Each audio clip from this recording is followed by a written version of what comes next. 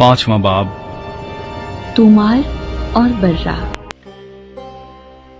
और जो तख्त पर बैठा था, मैंने उसके दाहिने हाथ में एक किताब देखी जो अंदर से और बाहर से लिखी हुई थी, और उसे 7 मोहरें लगाकर बंद किया गया था।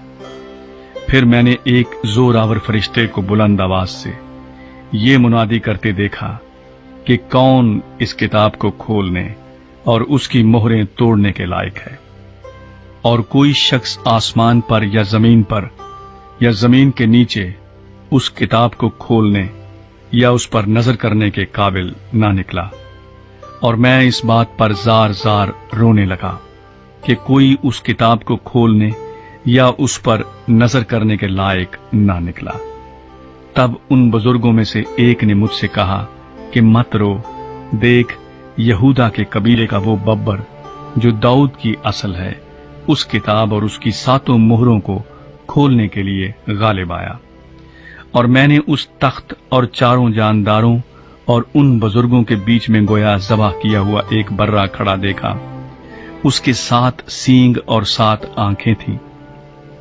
ये खुदा की 7 रूहें हैं जो तमाम रूहें जमीन पर भेजी गई हैं।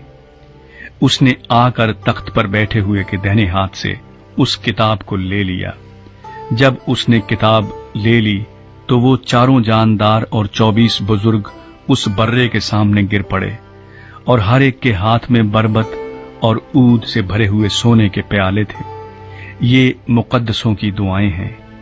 और वो ये नया गीत गाने लगे कि तू ही इस किताब को लेने और उसकी मोहरें खोलने के लायक है, क्योंकि तूने ज़बा होकर अपने खून से हर एक कबीला और अहले जुबान और उम्मत और कौम में से खुदा के वास्ते लोगों को खरीद लिया, और उनको हमारे खुदा के लिए एक बादशाही और काहिन बना दिया, और वो जमीन पर बादशाही करते हैं। और जब मैंने निगाह की तो उस तख्त और उन जानदारों और बुजुर्गों के गिरदा गिर्द बहुत से फरिश्तों की आवाज सुनी, जिनका शुमार लाखों और करोड़ों था। और वो बुलंद आवाज से कहते थे कि ज़बह किया हुआ राही कुदरत और दौलत और हिकमत और ताकत और इज्जत और तमजीद और हम के लायक है। फिर मैंने आसमान और जमीन के नीचे की और समुंदर की सब मखलूकात को, यानी सब चीजों को जो उनमें हैं, ये कहते सुना कि जो तख्त पर बैठा है उसकी और बर्रे की हम्द और इज्जत और तमजीद और सल्तनत अब्दुल-आबाद रहे। और 4 जानदारों ने आमीन कहा, और बुजुर्गों ने गिरकर सिजदा किया।